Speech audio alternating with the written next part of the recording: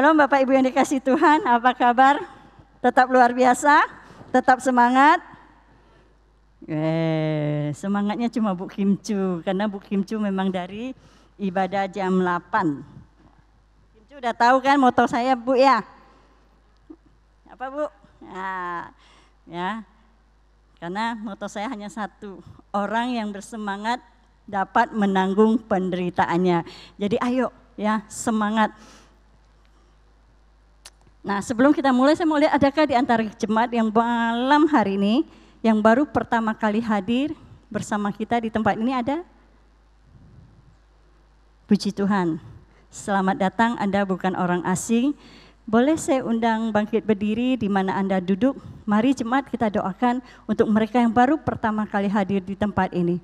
Bapa, kami mintakan berkat di dalam nama Allah Bapa, Allah Anak, Allah Roh Kudus turun atas rekan kami, saudara kami yang hadir malam hari ini. Kami tahu Tuhan bukan satu kebetulan dia ada di tempat ini, tetapi Tuhan punya rencana, Tuhan punya maksud dan tujuan dalam kehidupannya. Karena itu Bapa, seturut apa yang menjadi keperluannya, Tuhan kuasa-Mu bekerja di dalam dirinya. Kami mintakan berkat di dalam nama Tuhan Yesus. Amin. Selamat datang, silakan duduk kembali ya. Boleh ya, boleh sedikit semangat ya, dukung Jamain, dukung Thomas masih nuansa merah, dukung Fani Prapto. Masih bulan kemerdekaan tuh banyak ternyata ya. Sekali merdeka. Oh belum ya, suasananya bulannya merdeka tapi orangnya belum. Orang yang bersemangat tuh orang yang merdeka, bebas, sungguh-sungguh di dalam Tuhan, amin. Kan masih suasana, ya karena kami kemarin dari kaum wanita Sungai Yordan mengikuti perlombaan para kaum wanita kumpulan gereja-gereja untuk memindahkan sarung. Ya, karena sudah lama tidak pernah pakai sarung, gak heran kalah. Ya, jadi ibu-ibu kita di dalam perkumpulan PGIW mereka adakan satu pertandingan yaitu lomba memindahkan sarung ya. Ya mungkin benar kata Bu Hana ya Bu ya, karena saya doanya tuh kalah menang tidak jadi masalah, yang penting kita tidak cedera. Maaf Bu, nyatanya kalah bukan sebenarnya, bukan kita udah lama nggak pernah pakai sarung ya Bu ya. Jadi susah melepas. Ya memindahkannya. Jadi itu suasana-suasana kemerdekaan yang masih kita rasakan ya. Jadi boleh dong sekali lagi merdeka. Ya, karena apa sih merdeka buat kita semua? Pengertian merdeka itu apa? Bebas, lepas, lega, ya kan? Betul nggak? Maka firman Tuhan katakan apa? Mari datang kepadaku hai engkau yang letih, lesu dan berbeban berat. Supaya apa? Tuhan memberikan apa? Kelegaan. Nah orang yang merdeka, orang yang bebas, hatinya lega, jiwanya tenang, hidupnya damai. Nah sore malam hari ini adalah, ini tema saya di dalam Galatia pasal ke-5, mungkin slide boleh tolong dibantu. Kita mau belajar daripada Rasul Paulus menekankan kepada jemaat di Galatia. Ya.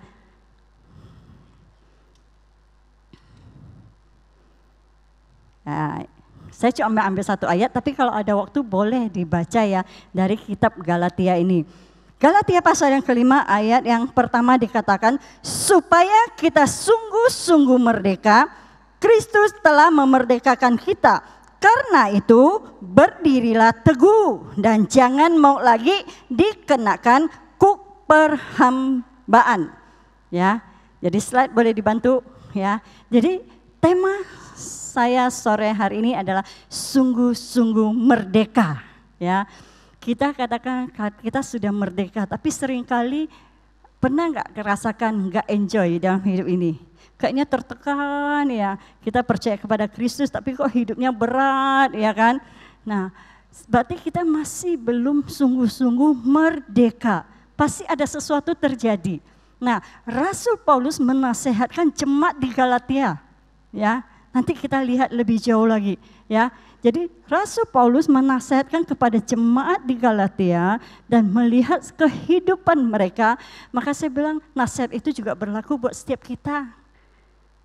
Ya, kenapa kita mesti sungguh-sungguh merdeka? Ya, generasi hidup baru, hidupnya yang dimerdekakan oleh Kristus. Betul nggak? Kan generasi hidup baru. Nah, apa bedanya kita dengan generasi lain? Kalau hidup kita tidak diperbaharui. Kalau hidup kita sudah diperbaharui, saya percaya bahwa kita adalah orang yang sungguh-sungguh merdeka. Nah, kita lihat ya. Kenapa kita harus sungguh-sungguh merdeka? Firman Tuhan katakan apa? Karena Kristus telah memerdekakan kita. Kuncinya apa? Kristus telah memerdekakan kita. Memerdekakan kita dari apa? Kalau nanti kita baca, punya waktu baca kitab Galatia, dikatakan apa? Merdeka dari hukum Taurat. Merdeka dari roh-roh dunia yang lemah dan miskin. Merdeka dari apa? Merdeka dari hukum dosa. Ya. Di dalam Galatia pasal yang ketiga ayat 13 dikatakan, Kristus telah menebus kita dari kutuk hukum Taurat dengan jalan menjadi kutuk karena kita. Sebab ada tertulis, terkutuklah orang yang digantung pada kayu salib. Seharusnya kita yang terkutuk.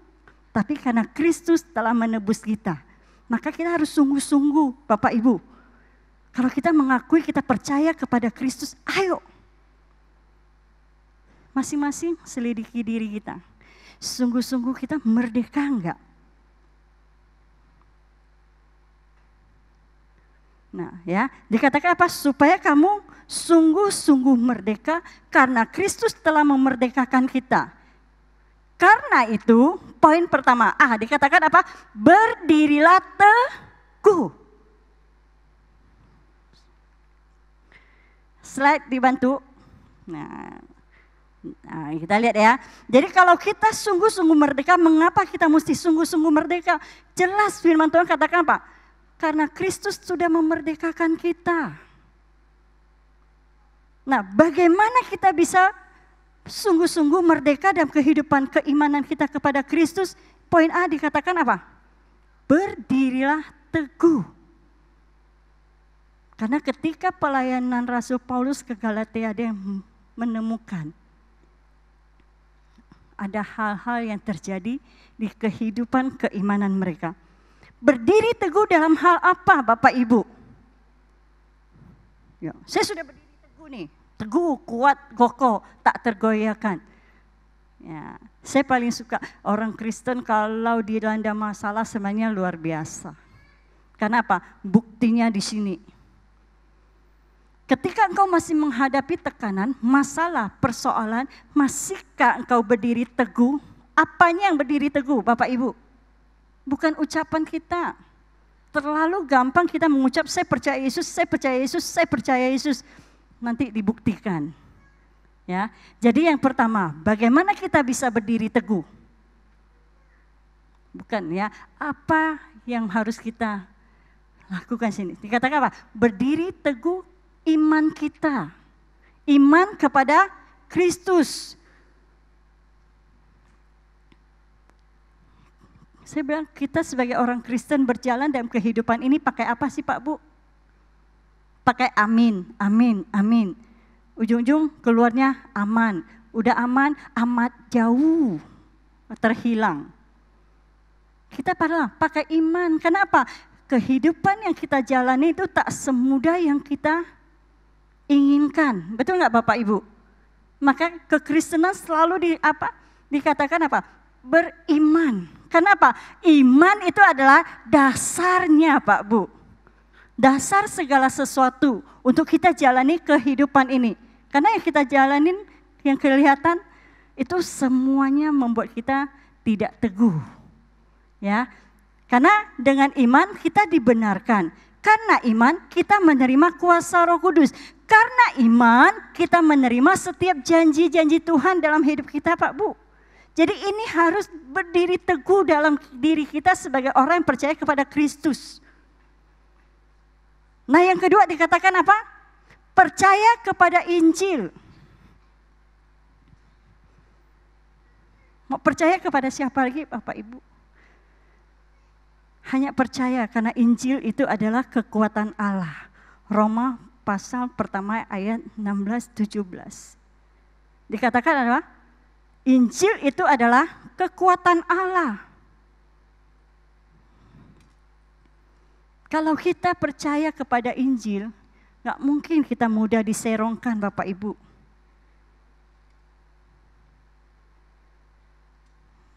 Bagaimana kita bisa percaya kepada Injil? Baca aja gak pernah. Dengar aja gak pernah. Karena apa? Seluruh janji Tuhan ada di sini letaknya. Kekuatan Tuhan ada di sini. Kalau Tuhan bilang jadi, jadilah. Makanya firman Tuhan itu penting. Injil itulah kekuatan kita sebagai orang percaya. Betul Pak Bu?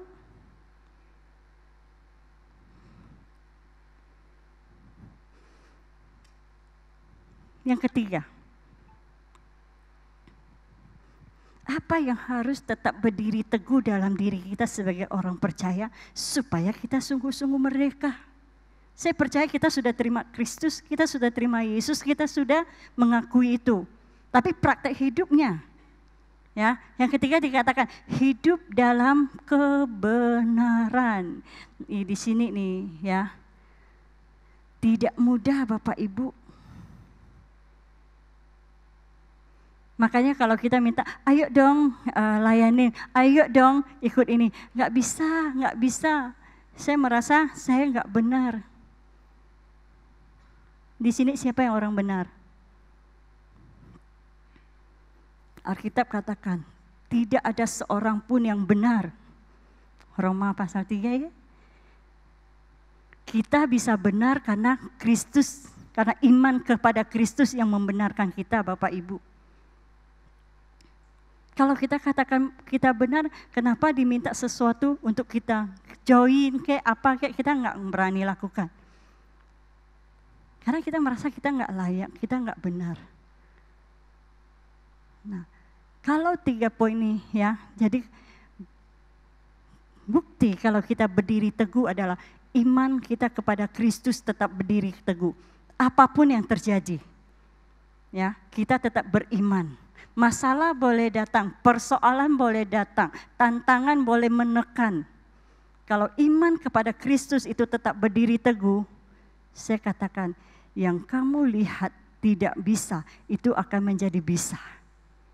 Ya. Pada saat Yusuf dibuang, kita lihat dikatakan apa? Gak apa-apa, saudara saya menolak menjual saya, terserah. Kamu mereka-reka yang jahat terhadap aku, Tuhan merekah menjadi kebaikan. Amin. Dari apa? Iman dasarnya. Nah yang kedua apa? Percaya kepada Injil. Mau percaya siapa lagi? Ya kalau percaya kata saya, no. Saya juga bisa salah. Tapi percayalah kepada firman. Setiap firman yang dikatakan oleh Tuhan, yang keluar dari mulut Tuhan, itu adalah kekuatan. Itu dipegang Pak Bu. Mulai kita apa? Baca. Ayo Bapak Ibu ya. Kembalikan. Kalau kita katakan kita adalah generasi hidup baru, ayo APS-nya dibangun lagi. Allah, pribadi, sesama. Nah yang ketiga dikatakan apa? Hidup dalam kebenaran. Nanti mungkin ini bisa dibaca ya. Saya boleh bacakan satu ayat di dalam Matius pasal ke-5. Firman Tuhan katakan apa? Maka aku berkata kepadamu, jika hidup keagamaanmu tidak lebih benar daripada hidup keagamaan ahli-ahli Taurat dan orang-orang Farisi, sesungguhnya kamu tidak akan masuk ke dalam kerajaan surga. Jadi kalau kita mengaku kita ini punya Kristus, hidup baru, tapi kalau kehidupan keagamaan kita, SPP kita tidak jauh lebih baik, gak ada bedanya kita dengan ahli-ahli Taurat. SPP itu apa? Bayar ke sekolah ya. Sikap, perilaku, dan perbuatan kita. Mudah gak Pak Bu? Gak mudah. Tapi kita mulai belajar step by step. Ya, saya bilang saya juga gak mudah. Gak mudah untuk punya SPP yang bagus. Tapi kan kita mau belajar. Ya, mau belajar step by step. Kenapa? Saya bilang kehidupan kita itu bukan kita yang nilai, orang lain yang nilai. Ya, jadi bagaimana kita bisa sungguh-sungguh merdeka? Berdirilah teguh. Berdiri teguh dalam hal apa? Iman, percaya kepada Injil, hidup dalam kebenaran. Kenapa Rasul Paulus tekankan itu? Mari kita lihat slide berikutnya. Ya, kita lihat nih. Kenapa Rasul Paulus tekankan kepada jemaat di Galatia dan mungkin malam hari ini ditekankan kepada saya dan kepada kita semua. Dikatakan, Galatia pasal pertama ayat 6 dikatakan, aku heran bahwa kamu begitu lekas berbalik daripada Kristus. Ketika dia datang ke Galatia, dia menjumpakan begitu mudah orang yang mengaku percaya kepada Kristus, begitu lekas berbalik daripada Kristus. Bagaimana dengan kita, Bapak Ibu, sekarang ini? Oleh karena tekanan hidup, persoalan hidup, apakah kita seperti jemaat di Galatia? Dulu yang exciting, sekarang heran. Hanya karena satu perkataan seseorang kita bisa mudah berbalik daripada Kristus. Yang kedua, ya, kita lihat ini loh yang dijumpai, maka Rasul Paulus tekankan apa? Berdiri teguh. Yang kedua dikatakan apa? 3 tahun kemudian Rasul Paulus ketika dia bertobat, dia datang, dia kembali lagi ke Yerusalem. Dikatakan 3 tahun kemudian dia tidak melihat rasul-rasul lain, hanya ada Yakobus. Bisa aja di sini dia membuktikan bahwa Rasul Paulus dia berjumpa dengan Tuhan itu bukan karena rasul-rasul, karena memang Tuhan sendiri yang memanggil dia. Ya, kalau kita baca kalau di dalam kitab Galatia, bisa juga di sini Alkitab waktu dia sudah bertobat 3 tahun, dia tahu tempat itu banyak rasul, makanya dia datang sebenarnya. Tapi yang kenyataannya apa? Hanya tinggal Yakobus. Oke, kita lihat lagi. Nah, yang Galatia pasal ketiga. Kenapa kita harus berdiri teguh iman kepada Kristus, percaya kepada Injil, hidup dalam kebenaran? Karena ini dijumpai Bapak Ibu. Saya tidak tahu. Kita di sini, ya masing-masing kita koreksi diri. Kalau memang ada kita seperti itu, begitu lekas, begitu mudah kita berbalik kepada Kristus, berpaling kepada Kristus. Ayo kita mulai bertobat malam hari ini. Supaya apa? Hidup kita sungguh-sungguh merdeka, Pak Bu. Nah, yang ketiga dikatakan apa? Yang dijumpai, ya, saya hanya menuliskan ini. Yang Galatia pasal ketiga ayat 3 dikatakan, adakah kamu sebodoh itu? Sebenarnya kalau baca di ayat pertama bagus, ya. Kan masih banyak waktu, ya, kita baca. Yuk. Atau mungkin slide dibantu di Galatia pasal yang ketiga. Beberapa ayat, ya, beberapa ayat daripada saya ambil setengah di sini. Galatia pasal yang ketiga ayat pertama. Operator boleh dibantu?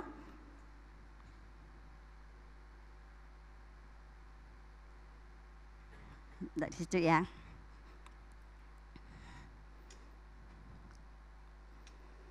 Oke, nah kita baca. Hai orang-orang Galatia yang bodoh, siapakah yang telah mempesona kamu? Bukankah Yesus Kristus yang disalibkan itu telah dilukiskan dengan terang di depanmu? Karena ayat di atas, mereka mudah berpaling kepada Kristus. Hanya ini yang hendak ku ketahui daripada kamu. Adakah kamu telah menerima Roh Kudus karena melakukan hukum Taurat atau karena percaya kepada pemberitaan Injil? Adakah kamu sebodoh itu?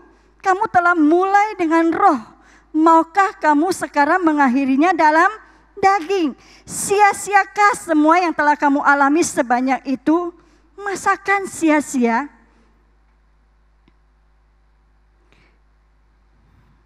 Kenapa? Mereka sudah mengalami kasih karunia Tuhan, mereka sudah menerima mujizat Tuhan, mereka sudah mengecap kebaikan Tuhan. Tapi hanya karena ada, ya kalau kita baca ada pengajaran yang lain daripada Injil masuk, mereka mudah berpaling.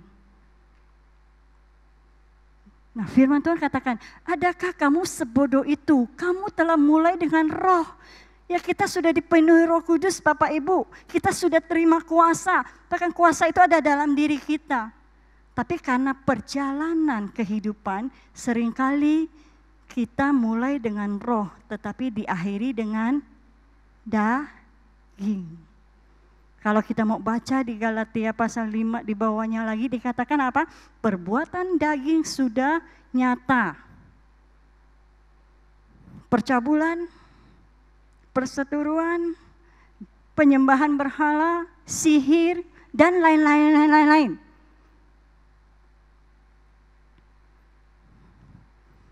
Nah, jadi ini masing-masing kita koreksi diri kita ya. Apa kita ada seperti jemaat di Galatia tersebut?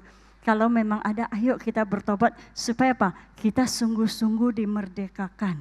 Kenapa? Kristus sudah memerdekakan kita pada saat dia mati di atas kayu salib. Nah, yang Galatia pasal ke-5 ayat 7 dikatakan, dahulu kamu berlomba dengan baik. Siapakah yang menghalang-halangi kamu sehingga kamu tidak menuruti kebenaran lagi? Dulu kita begitu exciting Bapak Ibu, waktu kita jatuh cinta sama Tuhan Yesus, kita dipenuhi Roh Kudus. Kasih itu begitu nyata, kita begitu menggebu-gebu, kita melayani, kita ikut doa pagi, siang, malam, ya sampai lewat 26 jam. Kelebihannya, satu hari cuma 24 jam. Ya, kita ikut, kita begitu, pokoknya kita, kalau saya lihat Fani bisa ikut, ini kita juga mau ikut, kita berlomba untuk melakukan, untuk memberikan yang terbaik buat Tuhan dalam hidup kita, betul? Lalu sekarang kita udah mulai zona nyaman karena bisa online kan. Maka saya bilang ketika sesuatu terjadi dalam hidup saya, ada nggak masa kita stuck? Ada Pak Bu. Kadang-kadang kita sebagai manusia adalah titik jenuhnya. Ya. Nah, kalau saya udah sampai titik itu saya cuma duduk diam. Saya ingat, saya membayangkan bagaimana dulu saya tinggal di Gang Kamboja, terus ibadahnya di Wisma Nusantara, saya hanya jalan kaki lintas Jalan Hijaz, nyebrang ya, restoran Gajah Mada, masuk ke Wisma Nusantara. Saya coba bayangkan waktu saya begitu luar biasanya, begitu menggebu-gebunya saya, enggak menyerah saya. Bapak Ibu tahu enggak saya jalan kaki masa itu? Saya lagi ditantang sama keluarga saya. Kamu tidak boleh keluar dari pintu. Kalau kamu ke gereja habis kamu. Nah, ya, oke, kan? Nah, saya bilang enggak ada hal yang menghalangi saya untuk cari Tuhan, untuk saya beribadah. Bisa-bisanya ya Tuhan izinkan saya punya bisul di sini. Kalau Anda mau lihat masih ada bekasnya besar. Bisul, tidak ada mata, udah diobok-obok sama dokter, enggak sembuh-sembuh. Saya masih terpincang-pincang mau ke gereja. Saya udah bilang enggak boleh ke gereja. Enggak ada. Jadi sama Cece kan saya, enggak ada hal yang bisa menghalangi saya untuk ke gereja. Saya mau pergi ke gereja Pak Bu. Nah yang luar biasanya Pak Bu ya. Waktu itu ada kakak kelas datang ke rumah, saya tahu dia punya niat baik. Ya, niat baik buat saya, ya kan. Pasti ada something lah cowok kan. Nah, dia bilang, ayo saya antar kamu. Gak mau. Nah, gak mau, saya bilang gitu. Benar, saya jalan kaki ke Wisma Nusantara, dia ngekorin pakai motor. Luar biasa ya. Saya pikir kalau saya naik, saya berikan dia pengharapan. Ujung-ujung saya jadi orang yang PHP, saya gak mau.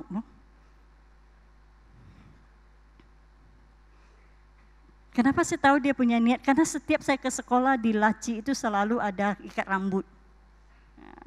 Masih SMP lah, SMA kelas 1 waktu itu.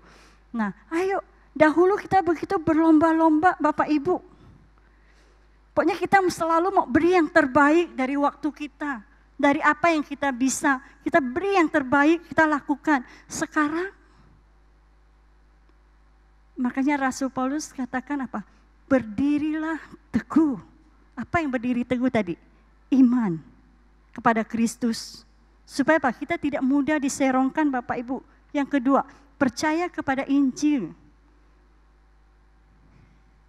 Kalau kita percaya kata hamba Tuhan, itu bisa berlalu Pak Bu. Tapi kalau kita percaya kepada firman Tuhan, dulu, sekarang, dan yang akan datang, firman Tuhan itu tetap sama. Amin. Nah, yang ketiga apa? Belajar hidup dalam kebenaran, hal-hal kecil kita belajar. Poin yang kedua, bagaimana kita bisa sungguh-sungguh merdeka? Yang pertama, berdiri teguh, itu ada poinnya. Nah, yang kedua, dikatakan apa? Jangan mau lagi dikenakan apa? Kuk perhambaan. Kita baca sama-sama yuk. Galatia pasal yang keempat ayat 8 sampai 10. Dahulu ketika kamu tidak mengenal Allah, kamu memperhambakan diri kepada Allah-Allah. Itu Allah-Allah kecil. Yang pada hakikatnya bukan Allah. Tetapi sekarang sesudah kamu mengenal Allah, atau lebih baik sesudah kamu dikenal Allah, bagaimanakah kamu berbalik lagi kepada roh-roh dunia? Tuh, roh-roh dunia itu apa? Lemah. Udah apa? Lemah lagi. Miskin Pak Bu. Karena hanya ada di dalam Kristus kita diperkaya. Amin. Tuh ya. Ya, nah, roh-roh dunia yang lemah dan miskin dan mau lagi memperhambakan diri lagi kepadanya. Kamu dengan teliti memelihara hari-hari tertentu, bulan-bulan tertentu, masa-masa yang tetap dan tahun-tahun. Saya nggak tahu apakah karena memang masa pandemi sehingga membuat kita kadang-kadang kurang pencerahan, sehingga ada hal yang selalu kita pertanyakan di sini. Boleh nggak Bu saya ini? Boleh nggak Bu saya ini? Saya bilang segala sesuatu yang tidak sesuai dengan firman Tuhan pasti tak boleh. Betul? Ayo kita mulai belajar apa? Melengkapi diri kita supaya apa? Kita sungguh-sungguh merdeka dari hal-hal yang seperti ini. Ya. Tuh, bebaskan diri dari Allah-Allah yang hakikatnya bukan Allah. Banyak Allah-Allah di dunia ini. Tapi hakikatnya dia bukan Allah. Allah kita hanya Yesus Kristus Tuhan, Raja di atas segala raja. Amin. Hanya Yesus itu jalan kebenaran dan hidup, nggak ada lagi Pak Bu. Nah yang kedua dikatakan apa? Bebaskan kita dari apa? Roh-roh dunia. Gak usah lagi kita mau diperhambakan lagi. Kita sudah dimerdekakan Pak Bu, mulai hari ini ayo. Kalau ada masalah dalam hidup kita, jangan mudah lekas berbalik daripada Kristus. Kalau ada tantangan dalam kehidupan kita, jangan mudah menyalahkan Tuhan. Tuhan tidak membiarkan dirinya dipermainkan Bapak Ibu. Kalau kita belum menerima janji Tuhan, bukan berarti Tuhan melepaskan kita, membiarkan kita. Janji Tuhan selalu iya dan amin. Ya, yang ketiga dikatakan apa? Supaya kita jangan diperhambakan lagi kepada dosa. Saya tidak tahu apa yang memperhambakan diri kita sehingga kita menjadi orang percaya kepada Kristus, tapi kita merasa kita gak sungguh-sungguh merdeka. Ada yang tak lega di sini. Nah, coba kita lihat, mungkinkah kita masih terikat dengan Allah-Allah yang kecil-kecil itu, yang banyak-banyak itu? Ataukah kita masih terikat dengan roh-roh dunia?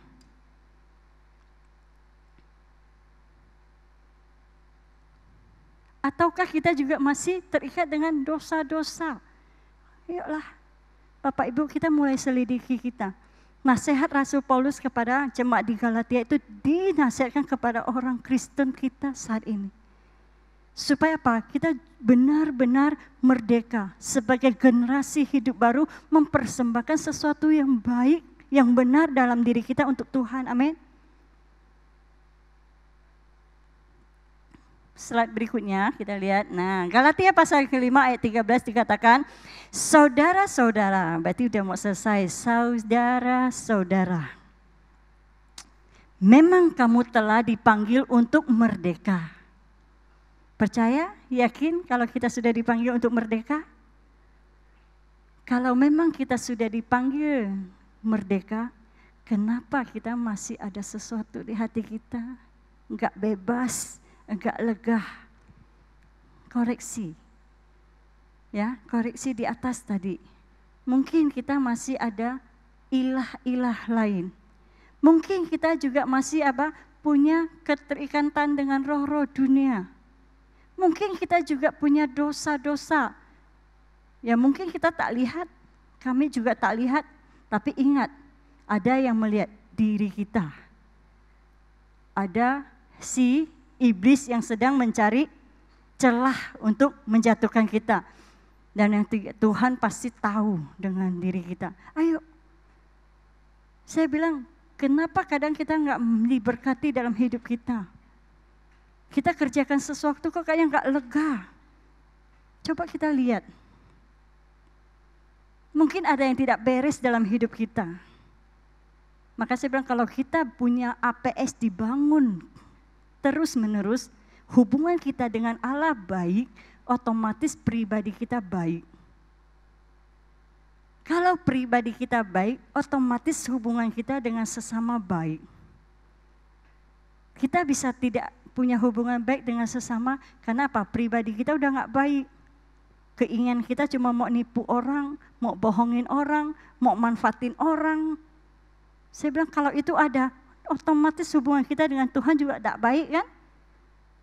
Nah kalau kita punya hubungan, kita ngerti, oh Tuhan bilang ini nggak boleh, ini nggak boleh. Nah saya bilang secara pribadi, bisa nggak itu datang dalam diri kita? Mau coba manfaatkan orang? Bisa. Nah kan Alkitab bilang apa? Kamu sudah dipanggil untuk apa? Merdeka. Jangan kamu dipergunakan kemerdekaanmu sebagai kesempatan untuk kehidupan dalam dosa. Tak mudah Pak Bu. Mudah nggak? Tak semudah membalik telapak tangan.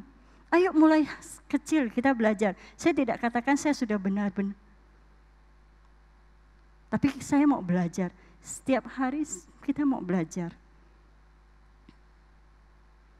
Supaya apa? Kita memang tidak sempurna Bapak Ibu ya. Tapi Tuhan menyempurnakan kita. Makanya saya bilang kita belajar. Yuk kalau memang kita nggak beres sama sesama kita, ayolah selesaikan. Supaya apa? Supaya di sini jangan nyangkut kita di sini. Ya. Wah, ini kan orang gereja. Gampang aja, Pak. Berapa banyak orang gereja? Karena itu saya dicari, Pak Bu. Anggota komsel lah, apalah. Tapi kita mau belajar. Kalau prinsip saya cuma satu, kalau kita benar, ampuni mereka. Kalau kita benar ya, benar dalam hal-hal sekecil apapun kita sudah melakukan dengan benar, bertindak dengan benar, kalau ada sesuatu terjadi, kita ampuni aja. Waktu kita mengampuni, kita melepaskan bara di atas kepala orang itu, bahaya ya. Tapi kalau kita salah, ayolah kita minta maaf supaya apa? Kita sungguh-sungguh merdeka. Ya, dikatakan apa? Saudara-saudara, memang kamu telah dipanggil untuk merdeka, tetapi janganlah kamu pergunakan kemerdekaan itu sebagai kesempatan untuk kehidupan dalam dosa. Melainkan layanilah seorang akan yang lain oleh kasih. Jangan kita pikir kita sudah merdeka, kita enjoy di sini. Tinggal ngomong, oh sesama. Kita orang seiman. Saya nggak suka, saya bilang, kalau kita katakan kita seiman kehidupan kita tidak lebih baik, percuma Pak Bu. Lebih baik tidak seiman tapi kita hidup dalam kebenaran, betul? Kenapa? Karena kita merasa kita dimerdekakan, kita pergunakan dalam kehidupan yang hal-hal yang membuat kita dalam dosa tanpa kita sadari loh Pak Bu. Maka ayo biar kita sungguh-sungguh merdeka. Kalau ada kesalahan, udah beresin semua. Ya. Nah, bagaimana kita bisa hidup merdeka seperti ini? Firman Tuhan katakan, hiduplah dipimpin oleh Roh Kudus, maka kita akan sungguh-sungguh merdeka. Karena apa? Roh Kudus itu akan menuntun kita. Pada saat kita melakukan sesuatu yang tidak baik, Roh Kudus akan bilang, hei, jangan. Itu tidak benar. Itu salah. Nah, Roh Kudus itu yang akan ingatkan kita, Pak Bu. Kalau kita hidup dipimpin oleh Roh, maka daging lewat. Tapi kalau kita hidup dipimpin daging, Roh lewat. Mana yang kita mau? Roh membawa kita semakin mengalami Tuhan, ya, dari hidup sekarang sampai akhirat. Tapi kalau daging hidup enak sekarang, tersiksa di akhirat. Mau yang mana? Tapi saya bilang, kadang kita sulit sebagai orang Kristen, saya kata,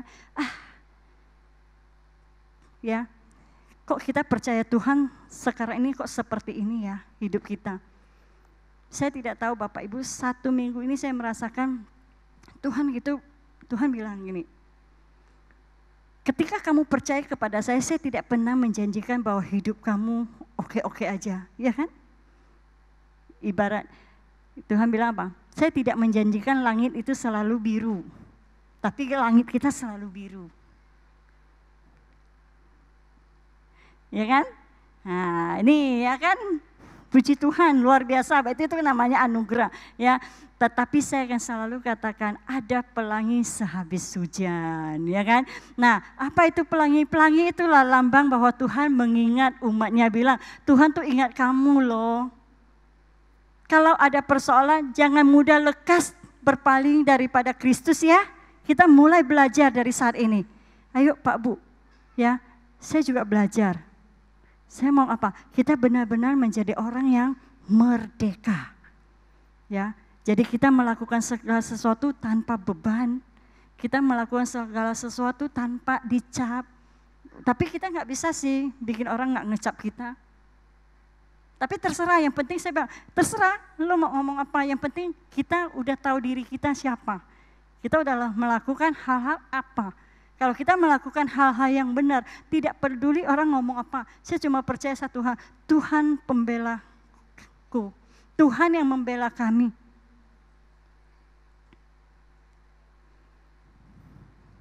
Coba slide berikutnya.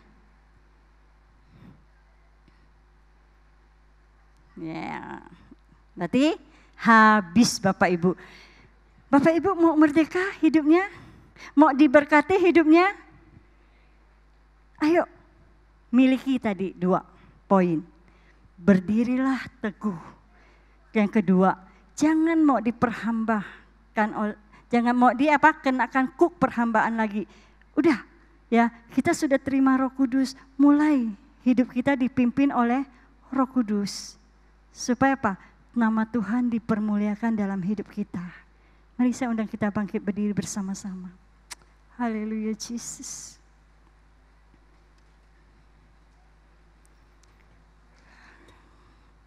Mari masing-masing kita tundukkan hati kita di hadapan Tuhan malam hari ini. Kita mau belajar dari kejadian jemaat di Galatia, supaya kita jangan seperti mereka. Tapi kita belajar mulai hari ini. Kalau mereka begitu mudah lekas berpaling daripada Kristus, Bapak Ibu kita jangan. Masalah boleh datang, tekanan boleh datang, persoalan boleh datang, itu biasa. Karena itu memang diproses supaya kita menjadi orang yang sempurna. Ya, supaya kita timbul seperti emas murni. Kita tetap berdiri di hadapan Tuhan. Kita sudah terima Roh Kudus. Kita sudah mulai dari Roh. Jangan karena keinginan daging kita jadi orang bodoh, Pak Bu. Yes, mari sama-sama kita datang ke hadapan Tuhan. Angkat tangan kita di hadapan Tuhan.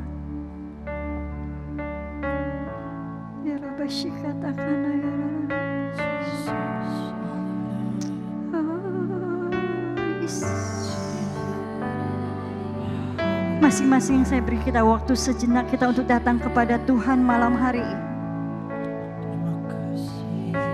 Yesus.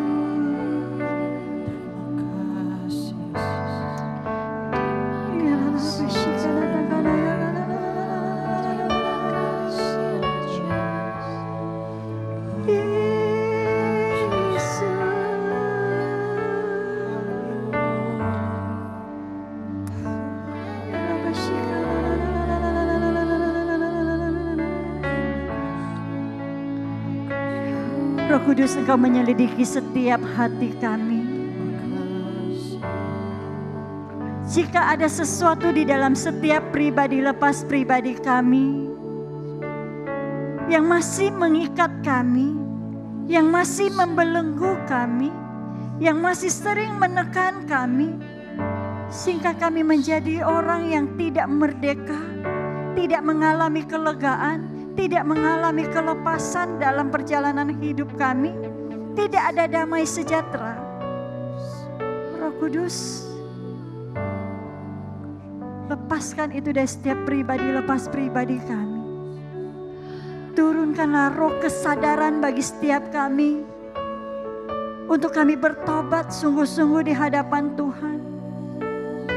Karena kami sudah mulai terima Roh Kudus, kami tidak mau akhiri di dalam kedagingan kami. Kami ingin terus berlomba sampai kepada garis akhir.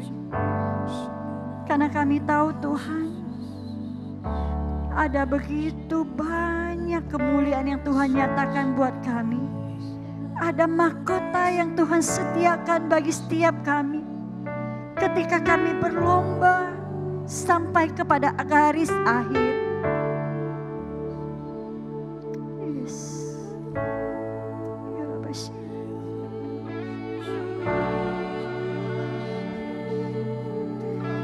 Masing-masing kita ambil waktu sejenak, kita menyembah Tuhan. Biarlah roh itu menjamah setiap pribadi lepas pribadi kita. Roh itu memberikan kelegaan bagi kita. Roh Kudus itu memerdekakan setiap kita.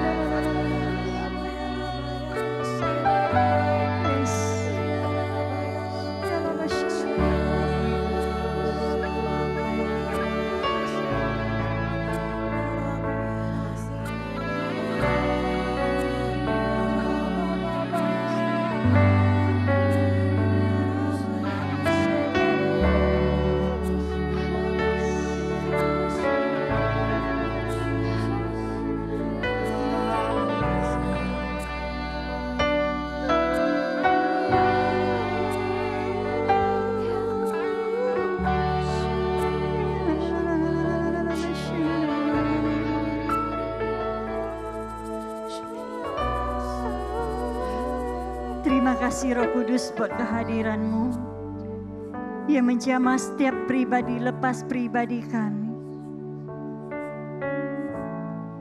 Engkaulah roh penghibur yang diberikan bagi setiap kami. Roh yang menolong setiap kami. Roh yang menuntun setiap kami semakin hari semakin dekat kepada Tuhan. Semakin hari semakin disempurnakan. Semakin hari semakin mengalami Kristus dalam hidup kami. Supaya Kristus dipermuliakan dalam hidup kami. Terima kasih Tuhan. Mari jemaat yang dikasihi Tuhan, firman Tuhan telah selesai disampaikan. Biarlah itu menjadi perenungan bagi kita untuk terus melangkah bersama dengan Tuhan. Dan biarlah firman itu akan memberikan kekuatan, pencerahan bagi setiap kita. Sehingga sampai kepada garis akhir, kita dapat mempertahankan iman kita kepada Kristus. Terima kasih Tuhan buat kebenaran firman-Mu. Biarlah Engkau terus menerjemahkan bagi setiap kami. Sehingga setiap kami mengerti, memahami, bahkan melakukannya dalam kehidupan kami. Dan biarlah firman Tuhan itu terus memperbaiki setiap kami. Terus menyatakan kesalahan kami. Terus membawa kami terus mengalami kemuliaan Tuhan. Terima kasih Tuhan, terima kasih buat sore menjelang malam hari ini. Mari kita angkat kedua tangan kita angkat persembahan kita. Kita akan mengakhiri ibadah kita ketika kita mengangkat amplop. Itu ada amplop blessed bread. Itu sedang kita persiapkan untuk Natal. Karena masuk minggu depan kita sudah masuk ke bulan yang ujungnya September, Oktober, November, Desember. Nah, kita sudah mulai persiapkan dari sekarang, beri dengan kerelaan hati. Ya, amplop ibadah raya di situ ada persembahan persepuluhan. Kita kembalikan apa yang menjadi bagian Tuhan. Mari kita angkat tangan. Bapa, Engkau melihat setiap tangan-tangan kami yang terangkat. Ketika kami digerakkan untuk memberi, biarlah kami memberi dengan tulus hati kami beri dengan kerelaan hati kami. Kami tahu Tuhan, Tuhan sumber berkat kami, Tuhan tidak butuh uang kami, tetapi gereja, jemaat, pekerjaan Tuhan membutuhkan uang. Karena itu Tuhan kami serahkan jemaat-Mu yang memberi dengan ketulusan hati mereka. Seturut itulah Tuhan kembalikan berlipat-lipat ganda apa yang mereka kerjakan. Tuhan Kau buat berhasil, setiap pekerjaan tangannya tidak pernah gagal. Karena Tuhan berkuasa di dalamnya. Karena itu Tuhan kami mengucap syukur, biarlah setiap persembahan yang kami beri, biarlah hanya nama Tuhan yang dipermuliakan. Mari jemaat Tuhan yang dikasihi. Tuhan memberkati engkau dan melindungi engkau. Tuhan menyinari engkau dengan wajah-Nya dan memberikan engkau kasih karunia. Tuhan menghadap wajah-Nya kepadamu dan memberikan engkau damai sejahtera. Pulanglah, terimalah damai sejahtera daripada Allah Bapa, Allah Anak, Allah Roh Kudus di dalam nama Tuhan Yesus. Amin. Selamat berhari Minggu. Tuhan Yesus memberkati.